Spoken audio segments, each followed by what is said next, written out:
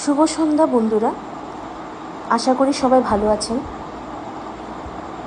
কাল দীপাবলি। আজ আমরা উদয়পুর মায়ের মন্দিরে গিয়েছিলাম দর্শন করতে। দীপাবলি উপলক্ষে মায়ের মন্দির খুব সুন্দর করে আলোকসজ্জায় সজ্জিত করা হয়েছে। বসেছে হরেক রকমের দোকান, বসেছে হরেক রকমের খাবারের স্টল। প্রথমে আমরা চলে যাই মায়ের মন্দিরে। দেখতে পাচ্ছেন কত রকমের লাইটিং করা হয়েছে। মায়ের মন্দির আজকে খুব সুন্দর লাগছে, চোখ জুড়িয়ে যাচ্ছে মায়ের মন্দির। আজকে ভিড়ও পড়েছে প্রচুর, যেহেতু কাল থেকে টানা 3 দিন মেলা চলবে। কাল থেকে চলবে নো এন্ট্রি, ভিআইপি বা পাস ছাড়া কোনো গাড়ি অ্যালাউ থাকবে না। আজকেই উপচে পড়েছে প্রচুর মানুষের ভিড়। আগরতলা, ধর্মনগর, কৈলাসহর, কুমারঘাট, আমবাসা দূর দূরান্ত থেকে লোক ছুটে এসেছে মাকে একটু চোখে দেখার জন্য। দেখতে পাচ্ছেন লাইটিংগুলো কত সুন্দর লাগছে।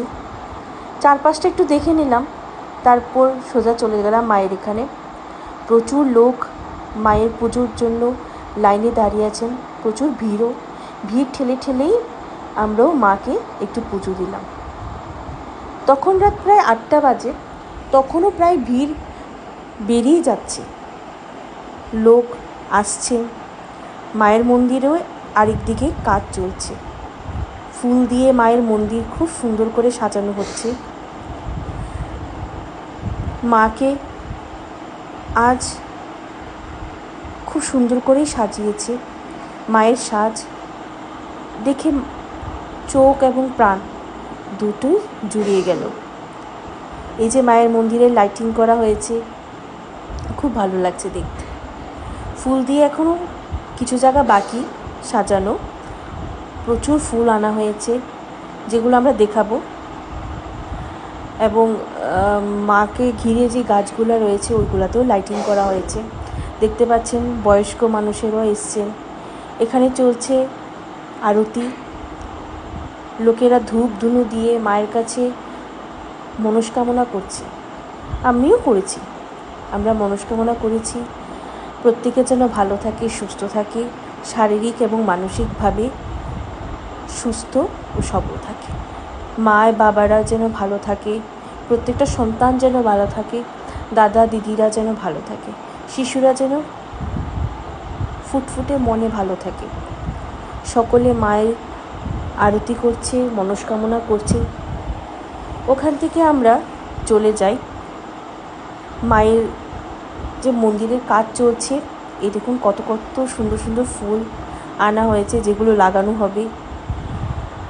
কাল আরও দেখতে সুন্দর লাগবে মায়ের মন্দির। আমরা গিয়েছিলাম বন্ধুবান্ধবী মিলে। এখানে পারমিতা আছে, নিকাশ আছে, মাঝখানে আমি। তারপর আমি চলে গেছি বাবা ভোলেনাথের মন্দিরে, যা মায়ের মন্দিরের পাশেই। ওখানেও ভিড় ছিল, তো আমরা একটু সাইড করে তুলেছি। তারপর দর্শন শেষে আমরা চলে গেছি মেলা ঘুরতে। কাল থেকে অনেক বড় মেলা হবে। আজকে এসছে, কিন্তু কাল থেকে আরও হবে। যেমন কালকে থেকে অনেক ফার্নিচার পাওয়া যাবে, আসবাবপত্র, বাসন, ঘর সাজানোর জিনিস পাওয়া যাবে। তো এখানে ছোটো ছোটো বাচ্চাদের বেলুন, এবং মাঝখানে আমরা একটু ফটোশ্যুট করে নিয়েছি। এখানে আমি আর আমার বান্ধবী মিলে একটু কনভারসেশন করছিলাম, তখন ফটো নেওয়া। সঙ্গে সঙ্গে নিচে আমরা যখন কানের দুল দেখি, আমার আরেক বান্ধবী সুরভির সাথে দেখা, ওখানে আমরা কানের দুল কেনাকাটা করি।